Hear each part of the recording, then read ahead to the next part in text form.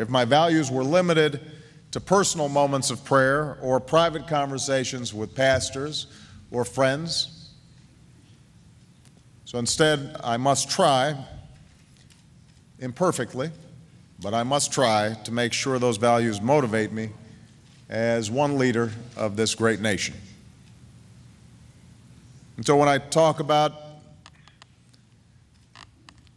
our financial institutions playing by the same rules as folks on Main Street, when I talk about making sure insurance companies aren't discriminating against those who are already sick, or making sure that unscrupulous lenders aren't taking advantage of the most vulnerable among us, I do so because I genuinely believe it'll make the economy stronger for everybody, but I also do it because I know that far too many neighbors in our country have been hurt and treated unfairly over the last few years. And I believe in God's command to love thy neighbor as thyself. I know that a version of that golden rule is found in every major religion, in every set of beliefs, from Hinduism to Islam to Judaism to the writings of Plato. And when I talk about shared responsibility, it's because I genuinely believe that in a time when many folks are struggling, at a time when we have enormous deficits, it's hard for me to ask seniors on a fixed income or young people with student loans or middle-class families who can barely pay the bills to shoulder the burden alone. And I think to myself, if I'm willing to give something up as somebody who's been extraordinarily blessed and give up some of the tax breaks that I enjoy, I actually think that's going to make economic sense. But for me as a Christian, it also coincides with Jesus' teaching that for unto whom much is given, much shall be required. It mirrors the Islamic belief that those who've been blessed have an obligation to use those blessings to help others, or the Jewish doctrine of moderation and consideration for others.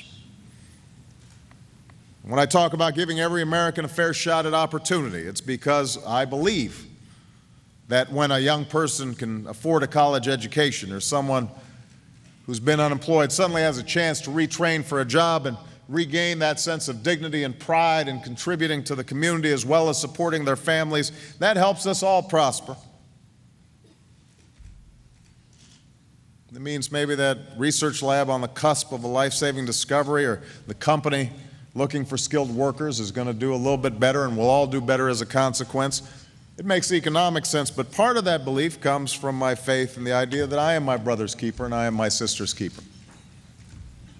That as a country we rise and fall together. I'm not an island. I'm not alone in my success. I succeed because others succeed with me.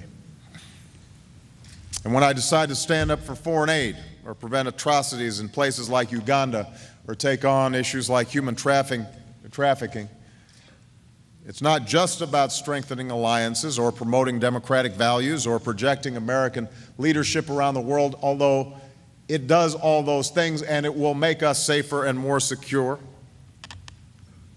It's also about the biblical call to care for the least of these, for the poor, for those at the margins of our society. To answer the responsibility we're given in Proverbs to speak up for those who cannot speak for themselves, for the rights of all who are destitute. And for others, it may reflect the Jewish belief that the highest form of charity is to do our part to help others stand on their own. So treating others as you want to be treated, requiring much from those who've been given so much, living by the principle that we are our brother's keeper, caring for the poor and those in need.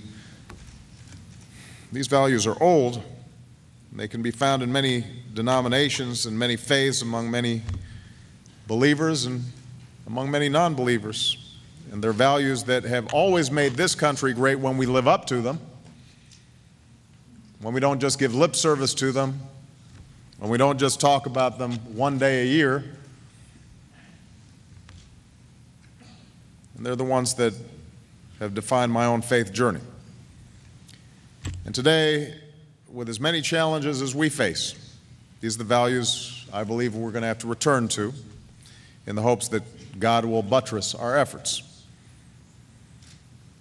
Now, we can earnestly seek to see these values lived out in our politics and our policies, and we can earnestly disagree on the best way to achieve these values. In the words of C.S. Lewis, Christianity is not and does not profess to have a detailed political program. It is meant for all men at all times. And the particular program which suited one place or time would not suit another. Our goal should not be to declare our policies as biblical. It is God who is infallible, not us.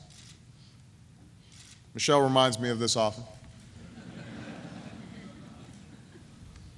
So instead, it is our hope that people of goodwill can pursue their values in common ground and the common good as best they know how, with respect for each other. And I have to say that sometimes we talk about respect, but we don't act with respect towards each other during the course of these debates.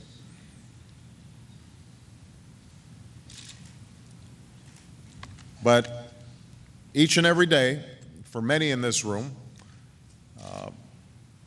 the biblical injunctions are not just words, they are also deeds.